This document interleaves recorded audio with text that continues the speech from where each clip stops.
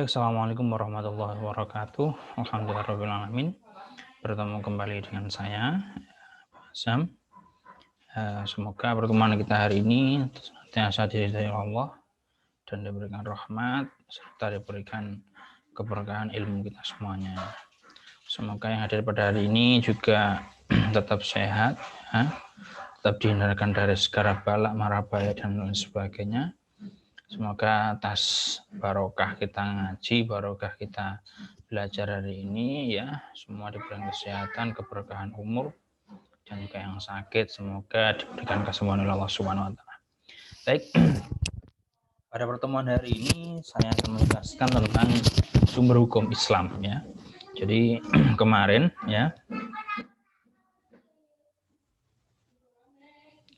kita sudah membahas tentang sumber hukum Islam yang pertama dan juga yang kedua, yaitu Al-Quran dan Al-Hadis ya. Pada waktu Imam Syafi'i pertama kali Imam Syafi'i itu yang bukan usul fikih. Usul fikih itu terbagi menjadi 4 ya. Jadi usul itu pokok dasar fikih ya. Atau rujukan pertama orang Islam ya. Itu ada 4 ya. Dulu itu Gubernur Asia Tengah yaitu meliputi Syam, Syria itu mengirim surat kepada Imam Syafi'i. Imam Syafi'i. Imam Syafi'i dulu qadhi ya. Ya Syekh gitu. Saya ingin belajar Islam. Bagaimana cara belajar Islam? Nah, belajar Islam itu harus paham 4 hal. Apa? Yaitu yang pertama kemarin saya jelaskan bayan ilahi. Bayan ilahi itu apa? Itu adalah Al-Quran. Ya, kemarin sudah saya jelaskan apa itu Al-Quran ya. Terus kemudian ya, setelah kalian paham Al-Quran atau tahu Al-Quran, tentu yang kedua yaitu Al-Hadis ya. Jadi harus tahu hadis. Apa itu hadis? Kemarin juga saya sudah jelaskan ya. Terus sumber selanjutnya yaitu adalah ijma'ul ulama ya. Jadi yang pertama Al-Quran. Al-Quran itu bayan ilahi. Yang kedua adalah bayan nabawi yaitu hadis. Yang ketiga adalah ijma'ul ulama. Loh, apa Pak ijma'ul ulama itu? Nah, baik. Saya jelaskan ya. Jadi dalam Al-Qur'an ya, surat An-Nisa ayat 59 jelaskan begini. A'udzubillahi minasyaitonirrajim. Fa in tanaza'tum fi syai'in farudduhu ila Allahi wa rasuli in kuntum tu'minuna billahi wal yaumil akhir. Dzalika khairu wa ahsanu ta'wila. Penjelasannya begini ya. Kemudian jika kamu berlainan pendapat tentang sesuatu, maka kembalikanlah ya kepada Allah. Maksudnya apa? Allah itu ya berarti Al-Qur'an ya, bayan ilahi dan Ar-Rasul yaitu sunnahnya Kanjeng Nabi. Jika kamu benar-benar beriman kepada Allah dan di hari kemudian, yang demikian itu lebih utama bagimu dan lebih baik akibatnya. Baik. Jadi itu merupakan dalil untuk kita ulama untuk berijma. Ijma itu apa sih? Yaitu kumpulnya para ulama ya untuk mensepakati sebuah hukum ya. Jadi saya ulang lagi. Jadi ijma itu yaitu ulama itu berkumpul ya untuk mensepakati apa? Mensepakati sebuah hukum. Bentar ya.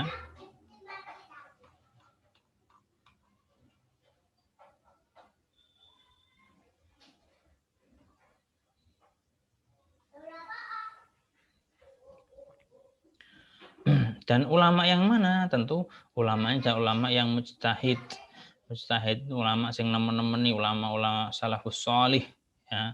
Contoh seperti Imam Syafi'i ya, Imam Hambali, Madzhabul Arba'ah itu imam besar itu merupakan mujtahid pada zamannya. Kenapa? Karena ya yang kemarin ya saya terangkan bahwasanya ketika dalam Al-Qur'an itu hanya ada perintah salat aqimus salat kan begitu. Tidak dijelaskan sholatnya jumlahnya berapa, waktunya kapan. Itu tidak dijelaskan. Baru dijelaskan hadis ya. Dalam hadis pun tidak dijelaskan arkanus sholat berapa, rukunnya sholat itu berapa, tidak ada.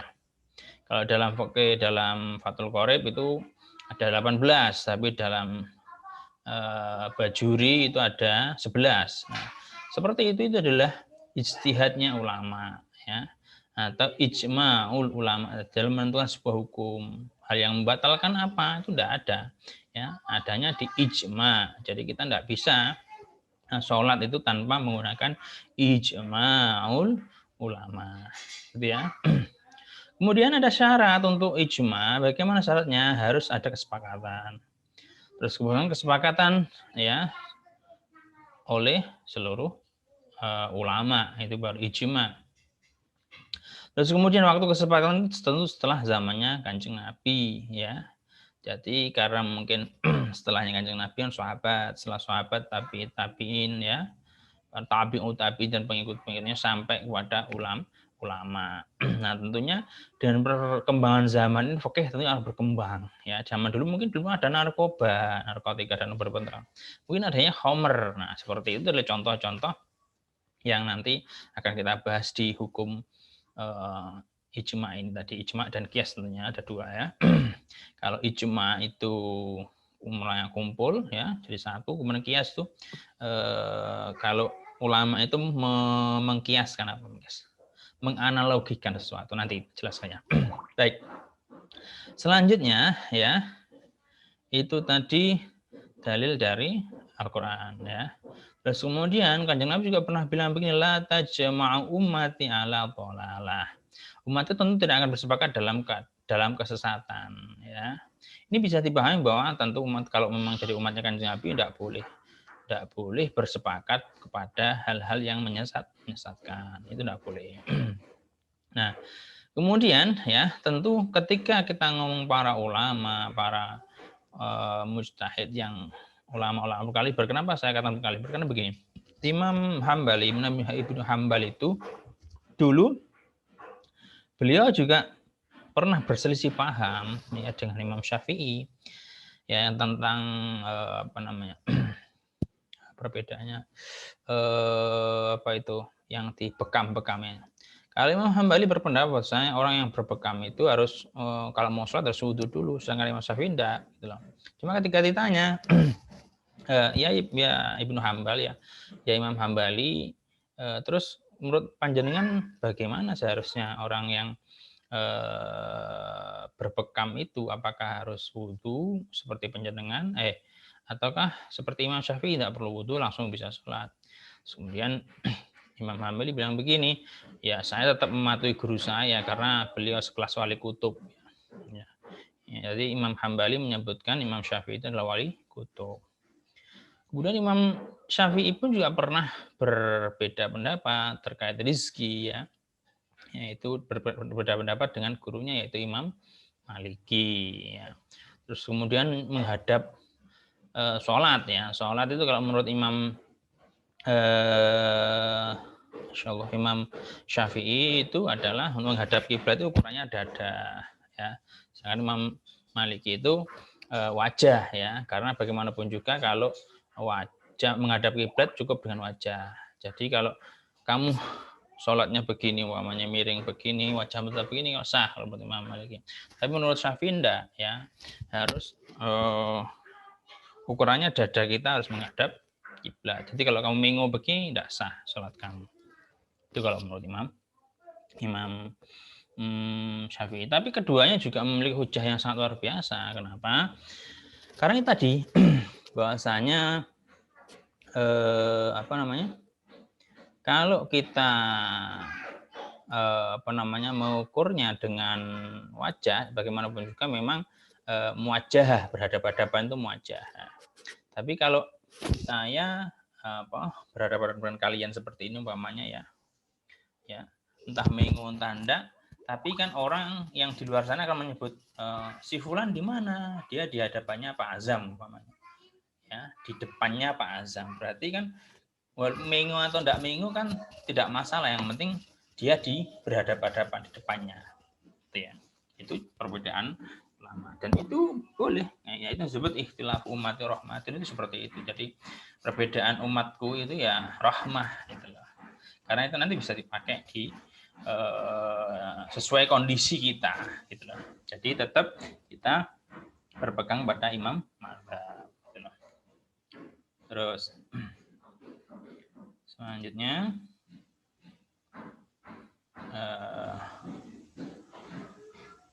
tentu ijma ini nanti tetap ya, landasannya adalah kepada al-hadis dan juga Al-Qur'an ya. Jadi ijma ini tetap harus berlandaskan Quran dan hadis ya. Jadi Quran dan hadis itu nanti akan menjadikan referensi dari bagaimana seorang ulama, seorang mujtahid itu memutuskan sebuah hukum ya. Jadi ibarat kelapa itu sudah dibuka, kemudian dihilangkan cangkoknya, setelah itu diparut, baru setelah diparut diperes. Nah, hasil peresan itu disebut ijma. Kenapa? Karena memang berbagai macam dalil dan juga hadis Nabi dikumpul jadi satu, akhirnya menjadi sebuah hukum ya. Terus Pak, kenapa kita mesti memakai ijma gitu ya? Gini, jadi alasannya kenapa kita harus pakai ijma sebagai sumber hukum, karena memang begini ya. Terkadang ada permasalahan yang dalilnya tersembunyi atau tidak dinukilkan secara jelas ya.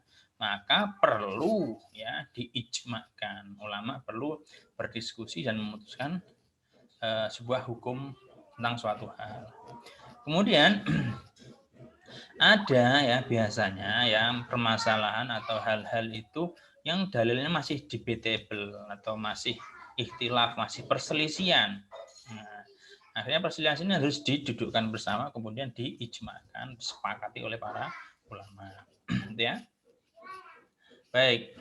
Yang selanjutnya adalah macam-macam dari ijma. Apa sih macam-macamnya? Ada dua ya. Kalau berdasarkan kejelasan perkara yang disepakati. Ada ijma qot'i, ada dhoni ya. Qot'i itu semua sudah maklum ya. Jadi qot'i itu semuanya sudah maklum atau semua orang sudah tahu terkait kesepakatan hukum itu apa. Contohnya adalah sholat 5 waktu ya. Sholat 5 waktu itu hukumnya wajib. Itu ada di ijma ya, di Quran ya cuma aqimis sholat. Sholatnya gimana? Jumlahnya berapa rakaatnya tidak ada. Artinya tidak dijelaskan secara spesifik ya, tak perlu ada penjelasan lagi. Akhirnya para ulama berijma bahwasanya sholat 5 waktu itu hukumnya wajib. Selanjutnya adalah doni ya. Doni ya. Atau ijma dhoni. Apa itu ijma dhoni ya? Dhoni itu kalau don penyono. Ya. Bentar.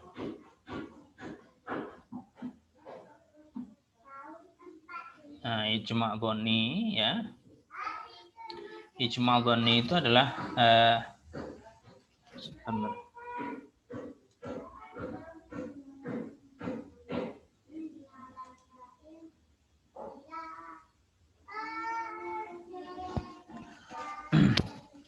baik. Ijma dhoni itu ya. Ijma yang tidak diketahui kecuali hanya para ulama, karena mungkin mereka mempunyai ilmu alat yang sudah sangat lengkap dan keilmuan yang cukup mumpuni. Contohnya gimana Pak? Contohnya dalam melakukan begini. A'udzubillahi minasyaitonirrajim wal mutalaqatu yatarabbasna bi anfusihinna salasata quru ya. Jadi wanita-wanita yang ditalak ya, wal mutalaqatu lan wanita yang ditalak ya, hendaknya menahan diri atau menunggu 3 kali quru ya, yang seanu salah satu quru. Jadi di sini ulama berbeda pendapat ya, don ya. Jadi hipotesisnya lah mungkin gitu. Jadi lafadz quru itu ya, itu kan bisa didefinisikan artinya 3 kali quru itu bisa 3 kali suci atau haid. Nah, ini ulama berbeda pendapat ya. Jadi ada yang mengatakan 3 kali quru 3 kali suci, atau 3 kali quru itu mendefinisikannya adalah 3 kali haid. Nah, sebenarnya sama saja ya. 3 kali suci atau 3 kali haid sama saja. Nah, gitu loh. Jadi itu contoh dari ijma yang bon itu penyono. Terus ada juga yaitu berdasarkan metodenya ya, ijma itu ada dua, yaitu ijma bayani atau syarih ya. Dan yang kedua adalah ijma sukuti. Ijma bayani itu bagaimana ijma yang memang sudah disepakati oleh semua ulama. Jadi ketika berkumpul ulama sepakat, oh iya saya sepakat seperti itu ya. Itu adalah contoh dari ijma bayani atau ijma yang disepakati oleh keseluruhan ulama. Ya. Contoh tentang hukum suatu binatang hidup dua alam haram. Nah, itu kan semua ulama sepakat. Ya, semua ulama itu sepakat. Kemudian yang kedua adalah ijma sukuti ya. Apa itu Pak ijma sukuti? Ijma sukuti itu adalah ijma yang memang di situ ulama itu tidak gini ya. Jadi ada ulama yang memutuskan, contoh ini azan zamannya Utsman bin Affan ya. Utsman bin Affan itu ya azan sholat Jumat 2 kali ya. Jadi sholat Jumat 2 kali itu zamannya Utsman bin Affan ya.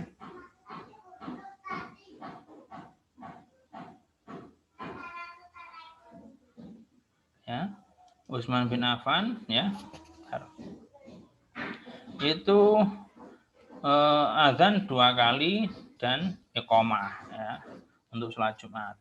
Nah, semua sahabat yang lain diam saja, artinya diam itu tidak menentang ya, hanya mengiyakan saja. Berarti tidak ada pertentangan. Berarti itu disebut ijma sukuti ya. Jadi contoh ada ulama yang mengatakan bahwa tadi ya contoh adzan tadi adzan 2 kali, ternyata ulama-ulama yang lain tidak menentang. Berarti itu disebut ijma sukuti. Ya. Ini terkait ijma. Jadi ijma itu tentu harus melibatkan tidak hanya satu mujtahid, ulama yang berkaliber ya. Berkaliber bagaimana ya, ulama yang tentu ketika memutuskan suatu hukum itu tidak hadun nafsi, tidak ada campur keinginan pribadi atau keinginan pesanan, itu tidak ada ya. Jadi memang benar-benar ulama-ulama yang berkaliber yang bisa menjadi mujtahid ya. Jadi itu yang perlu kita garis bawahi, tidak asal ulama, karena apa? Tentu ada syarat-syaratnya seorang mujtahid. Ya, bisa dipahami ya. Baik. Selanjutnya ya. Saya akan bahas tentang kias. Sudah berapa menit? Baik. Pak, apa sih kias itu, Pak? Ya. Jadi yang selanjutnya adalah sumber hukum yang selanjutnya adalah kias. Jadi kemana? Bayan ilahi yaitu Quran, Al-Quran, kemudian bayan nabawi, al-hadis, sunnah-sunnah Kanjeng Nabi, kemudian ijma'ul ulama, yang terakhir adalah kias. Ya.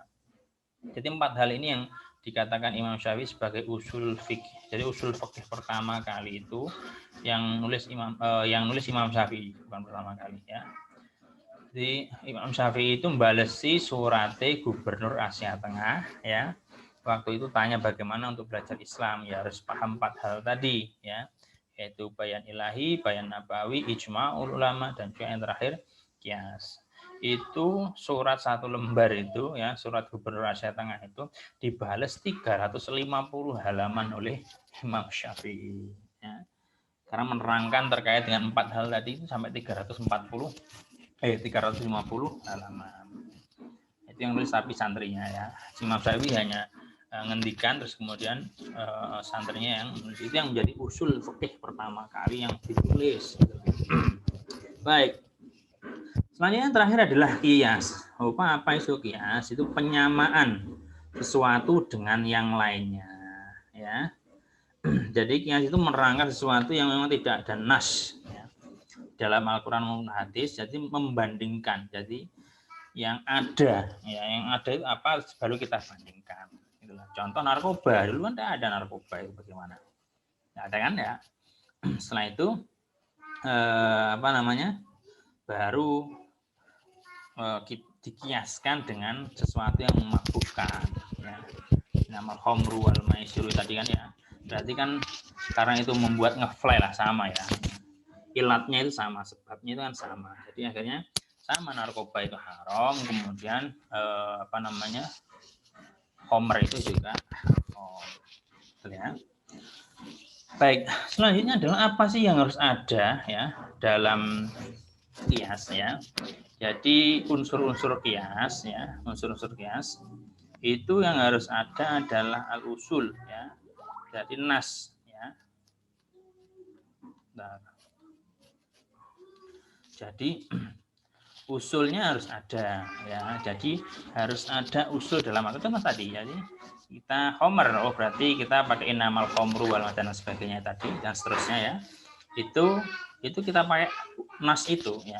Kita mengkiaskan dengan nas itu namanya usul. Kemudian kalau tidak ada berarti kita pakai furu ya. Ya, far'un atau furu ya. Yaitu memang tidak ada ya dalam Al-Qur'an. Ya, kita pakai sunnah, mungkin sunnah Rasul ya, kita pakai hadis ya. Tapi ya ya hukumnya tidak boleh bertentangan ya ketika dengan hukum asal ya. Jadi kita boleh pakai hadis, tapi hadisnya pun tidak boleh bertentangan dengan Al-Qur'an ya, gitu ya. Jadi pakai furu ya. Kalau kita pakai hadis tapi hadisnya tidak boleh bertentangan dengan Al-Qur'an. Kemudian ada hukum asalnya ya. Jadi dikasihkan itu harus ada hukum asalnya ya. Jadi asal hukum yang dijadikan sandaran untuk kias tadi. Kemudian yang terakhir ada ilat ya. Apa itu ilat itu Pak? Sebab yang menyambungkan pokok dengan cabangnya. Adalah sebab-sebabnya yang terkait ya. Tidak boleh berkebalikan, jadi harus terkait ya, terkait dengan hadis, terkait dengan Al-Qur'an, itu harus sama, sejalan ya. Jadi sebab-sebab yang menyambungkan. Terus kemudian Pak ada lagi macam-macam kias ya. Apa sih macam-macam kiasnya ya? Baik, macam-macam kias itu yang pertama yaitu kias aulawi ya. Apa Pak kias aulawi itu ya? Kias yang berlaku hukum ya, berlakunya hukum pada furu lebih kuat daripada pemberlakuan hukum pada asalnya. Contoh ya. Contoh kasus pacaran ini mahasiswa biasanya. Ya, pacaran itu tidak ada nasnya dalam Quran. Tapi Gusti Allah ngendikan bahwasanya wala taqrabus zina. Ya kan? Ya. Yang ada di Quran itu. Jadi dikiaskan wong taqrabus tidak boleh ya. Mendekati saja tidak boleh. Lupa kan kalau sepur itu atau kereta api itu mendekat tidak boleh, tapi numpai lah, itu jelas salah itu ya. Itu kias yang salah, tidak manut ya. Dan bertentangan. Artinya begini lah. Jadi mendekati saja tidak boleh, apalagi sampai numpai, yang seharusnya begitu. Nah, pola pikirnya begitu. Artinya apa bahasanya? Hal-hal yang mendekatkan kita kepada zina itu berarti tidak boleh. Maka pacaran itu kita kiaskan dengan hal-hal yang takrobus zina, ya kan, mendekatkan kita kepada zina, ya. Baik. Selanjutnya ya, ada kias musawi, Pak, ya. Kias musawi itu bagaimana ya? Kias yang kekuatan hukum pada furu sama dengan kekuatan hukum pada asalnya. Jadi memang intinya tidak boleh bertentangan, gitu ya. Contoh bagaimana Pak? Mengkiaskan membakar harta anak yatim, ya. Mengkiaskan membakar harta anak yatim dengan memakannya ya dengan tidak atau dengan cara yang dolim ya, itu podo haromi. Contoh begini ya, bahwa dalam Al-Quran itu kan yang tidak boleh memakan harta anak yatim dengan cara yang dolim kan, begitu ya, tidak sepatutnya itu bisa dolim dengan dan lain sebagainya. Kemudian berarti tak colong tak sembunyikan boleh. Nah, itu juga keliru. Konsep seperti itu keliru ya. Wong memakan saja tidak boleh atau menggunakan harta anak yatim dengan dolim itu tidak boleh, apalagi kamu nyolong. Loh, yang dilarang kan nyolong. Nah, itu kan itu sebuah yang logika yang keliru. Karena apa? Memakan saja tidak boleh, terus menggunakan aja dengan yang dolim itu tidak boleh, apalagi kamu sampai nyolong atau bakar dan lain sebagainya. Ya. Kan ada ya, sesungguhnya orang-orang yang memakan harta anak yatim secara zalim ya, sebenarnya mereka itu menelan api sepenuh perutnya, dan mereka akan masuk ke dalam api neraka yang menyala-nyala ya.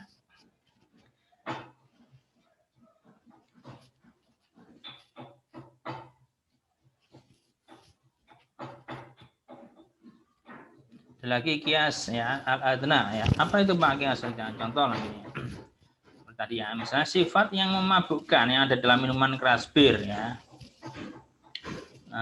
Terus kemudian itu lebih rendah sifat memabukkan yang terdapat pada minuman keras yang berupa khamr, tapi karena sama-sama memabukkan itu tetap dianggap haram.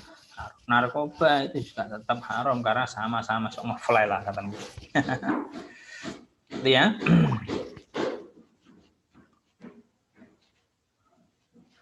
Ada lagi ya. Kalau dari segi kejelasan ilatnya ya, sebabnya ya, yaitu kias jali. Apa pakai kias jali itu ya? Contoh gini, mengkiaskan perempuan ya kepada laki-laki dalam kebolehan mengkosor sholat. Nah, jadi hukum kosor sholat itu kan biasanya untuk rojul ya, tapi itu juga mewakili perempuan. Jadi tidak hanya rojul, tapi perempuan mar'ah juga masuk dalam kategori hukum. Nah, biasanya kan kita lebih ulama-ulama lebih sering pakai orang laki-laki ya, mengkosor sholat dan sebagainya itu. Perempuan pun juga boleh gitu loh. Selanjutnya kias khofi ya.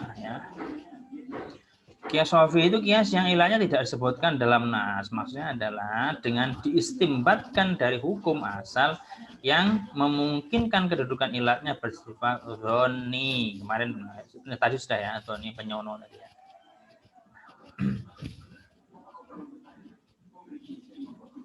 Contoh ya, mengkiaskan pembunuhan dengan benda beratnya kepada pembunuhan dengan benda atau senjata tajam. Contoh membunuh pakai mukul, mukul pakai watu dengan benda tajam. Ya. Itu sama saja, ya, hukumnya sama saja. Ya. Kenapa? Karena intinya adalah pembunuhan yang disengaja, kan begitu ya. Ini kan pembunuhan, jadi sama saja hukum dari pembunuhan tadi, baik pakai batu mau dikepruk ini atau pakai senjata yang tajam, itu hukumnya tetap hukum membunuh dengan sengaja, gitu ya. Qatlul mukmin.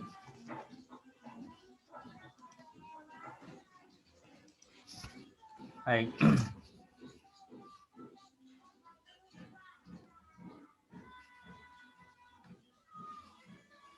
Baik, saya pikir itu karena waktunya sudah habis. Baik, saya pikir itu ya. Jadi terkait hukum tadi ya, bahwa kalau kita ingin belajar Islam, kalau mengenai Imam Syafi'i tadi berarti harus paham tentang satu, yaitu adalah bayan ilahi Quran ya, kemudian bayan nabawi hadis, ijma'ul ulama yaitu kesepakatan para ulama, dan yang terakhir adalah kias, yang mengkiaskan atau menganalogikan sebuah hukum ya dengan nas yang sudah ada. Ya, contoh umpamanya kalian itu wala taqul lahum ya. Jadi kalau dengan orang tua itu enggak boleh berkata berarti lihat didoni oleh Pak. Nah, itu enggak boleh. Ya. Jadi itu kias yang salah. Kiasnya apa, wong bilang saja enggak boleh, apalagi kamu sampai ngidoni atau ngaplok orang tua. Ya, jadi beda ya kiasnya. Kalau kias itu bisa sendiri atau seorang mujtahid itu menganalogikan sendiri dengan dalil-dalil, dengan mengumpulkan berbagai sumber baik dari Quran maupun hadis, kemudian diperas jadi satu menjadi sebuah hukum. Nah, kalau ijma itu bersama-sama ulamanya kemudian mensepakati sebuah hukum Islam atau hukum fikih. Ya. Baik, saya pikir cukup. Terima kasih. Semoga apa yang kita pelajari bermanfaat. Ihdinas siratal mustaqim. Wallahumma Wassalamualaikum warahmatullahi wabarakatuh. Ya, silahkan yang belum paham nanti ditulis di kolom komentar ya. Tulis nama prodinya, kemudian nama sendiri-sendiri dan juga ini. Baik, terima kasih. Assalamualaikum warahmatullahi wabarakatuh.